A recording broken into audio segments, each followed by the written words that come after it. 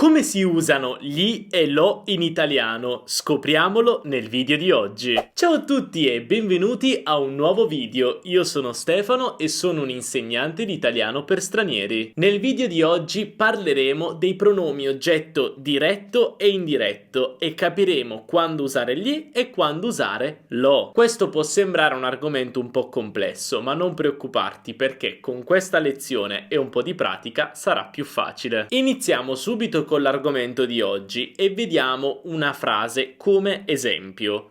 Marco scrive una lettera a Giulia. Marco scrive una lettera a Giulia. Ora analizziamo questa frase parola per parola. Marco è il soggetto della frase, quindi la persona che sta facendo l'azione, che sta scrivendo la lettera. Poi scrive è il verbo. Una lettera invece è l'oggetto della nostra azione, quindi Marco che cosa sta scrivendo? Una lettera. Quindi una lettera è il nostro oggetto diretto. Invece a Giulia è la persona che riceverà la lettera, riceverà l'azione, quindi la persona a cui è diretta questa azione. Quindi a Giulia è un oggetto indiretto. Ma noi come facciamo a capire in una frase se una parola è un oggetto diretto o indiretto? Beh, prima di tutto devi sapere che l'oggetto diretto non ha mai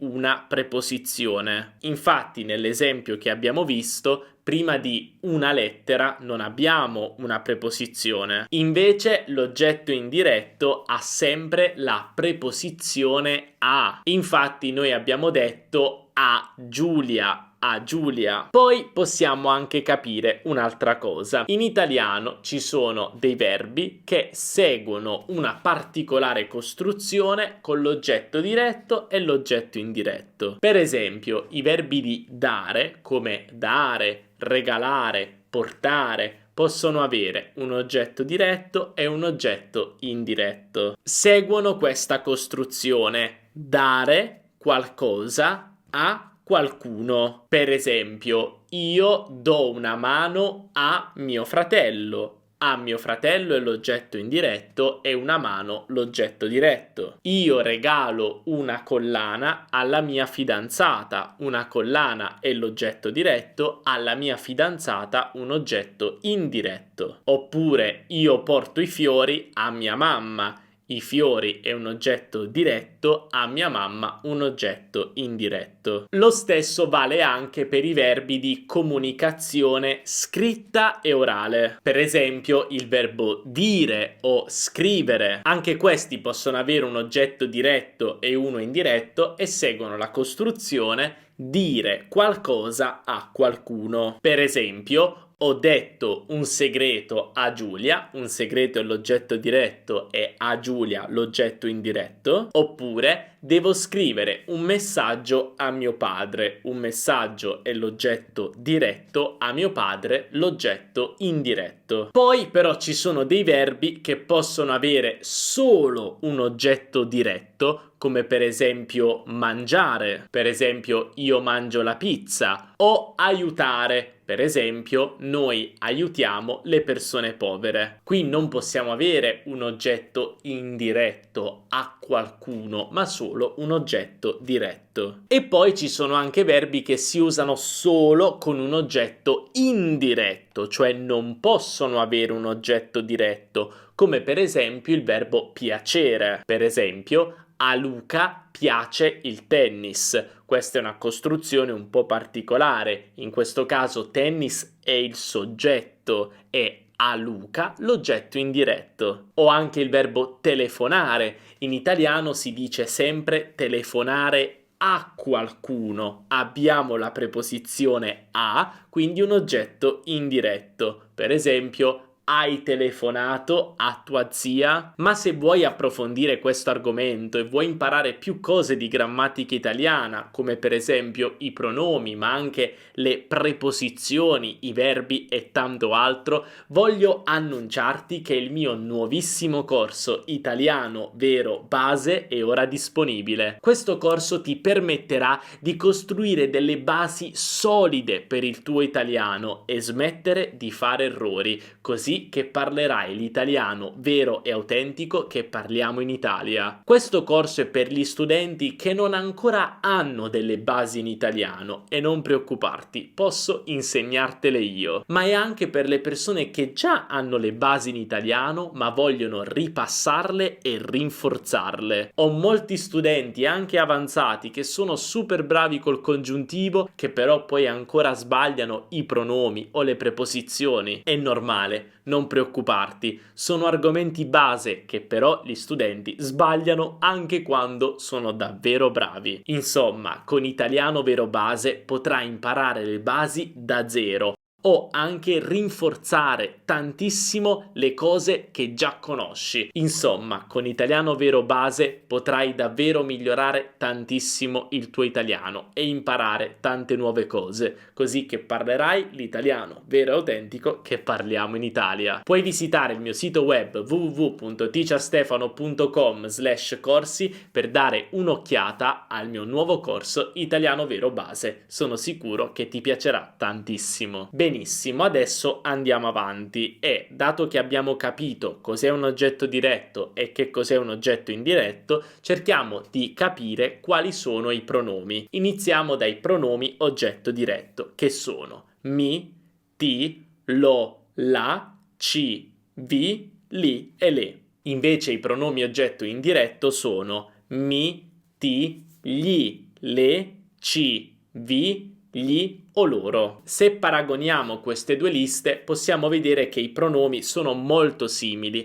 La differenza sta nella terza persona, singolare e plurale. Ecco perché a volte ci sono delle confusioni, perché sono molto simili. Vediamo allora l'esempio che abbiamo fatto prima. Marco scrive una lettera a Giulia e sostituiamo una lettera, l'oggetto diretto, o a Giulia, l'oggetto indiretto. Iniziamo da una lettera. Se sostituiamo una lettera, l'oggetto diretto, dobbiamo usare un pronome oggetto diretto femminile e singolare, quindi la. Quindi possiamo dire Marco la scrive a Giulia, dove la significa una lettera. Oppure, se vogliamo sostituire a Giulia, dato che abbiamo la preposizione a, quindi un oggetto indiretto, dobbiamo usare un pronome oggetto indiretto femminile e singolare, quindi le. Marco le scrive una lettera. Però attenzione, perché le potrebbe anche essere un pronome oggetto diretto femminile e plurale.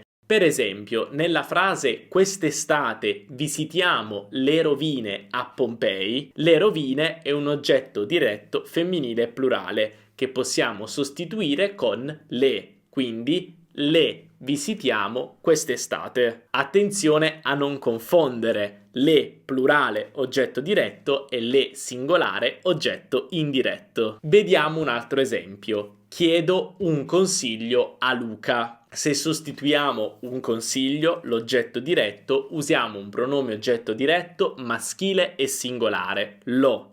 Quindi lo chiedo a Luca. Se sostituiamo a Luca, un oggetto indiretto, dobbiamo usare un pronome oggetto indiretto maschile e singolare, quindi gli. Gli chiedo un consiglio. Quindi attenzione a non confondere le, che può essere un pronome oggetto diretto femminile e plurale, ma anche un pronome oggetto indiretto femminile e singolare. Ma non confondere anche li e gli. Questi due pronomi si scrivono in modo diverso, L-I-O-G-L-I,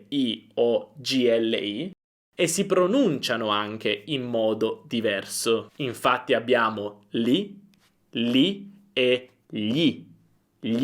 Ma chiaramente anche il significato è diverso, perché li significa loro, quindi è un oggetto diretto maschile plurale. Invece gli ha due significati: a lui, quindi un oggetto indiretto maschile singolare, ma anche a loro, quindi un oggetto indiretto plurale, maschile e femminile. Spesso voi studenti mi chiedete come usare gli al plurale, perché è un po' strano che gli significa a lui ma anche a loro. Questo perché in italiano abbiamo un pronome oggetto indiretto plurale, loro, però non lo usiamo molto, o comunque ha delle regole particolari. Quindi usiamo gli oppure non sostituiamo quell'oggetto indiretto. Per esempio, hai dato i giocattoli ai bambini? Se vogliamo sostituire ai bambini, quindi maschile plurale e ovviamente un oggetto indiretto, dobbiamo dire sì, gli ho dato i giocattoli un secondo fa. Sì, gli ho dato i giocattoli un secondo fa. Quindi ho dato i giocattoli a loro, ai bambini. Però se io avessi bambine, quindi alle bambine femminile plurale, comunque posso dire sì, gli ho dato i giocattoli, cioè ho dato i giocattoli alle bambine. Posso comunque usare gli. Però adesso voglio aggiungere un'altra piccola cosa. In italiano generalmente il pronome precede il verbo, quindi mettiamo il pronome prima del verbo. Come negli esempi che abbiamo visto durante questa lezione, abbiamo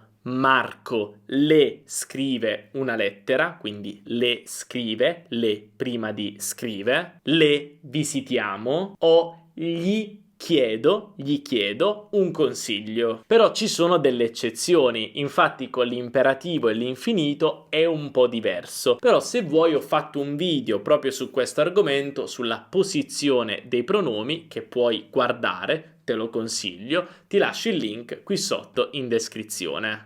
Spero che questa lezione ti sia piaciuta e spero che ti abbia aiutato a capire come funzionano i pronomi. Se sì, ti devo chiedere un piccolo favore, quello di lasciare un bel mi piace, perché questo mi aiuta tantissimo a far crescere il mio canale e far arrivare questo video a tante altre persone. Quindi grazie mille. E poi non dimenticare di iscriverti al canale e attivare la campanellina, così che non perderai nessun video futuro. Noi ci vediamo nella prossima lezione. Un abbraccio dall'Italia. Ciao!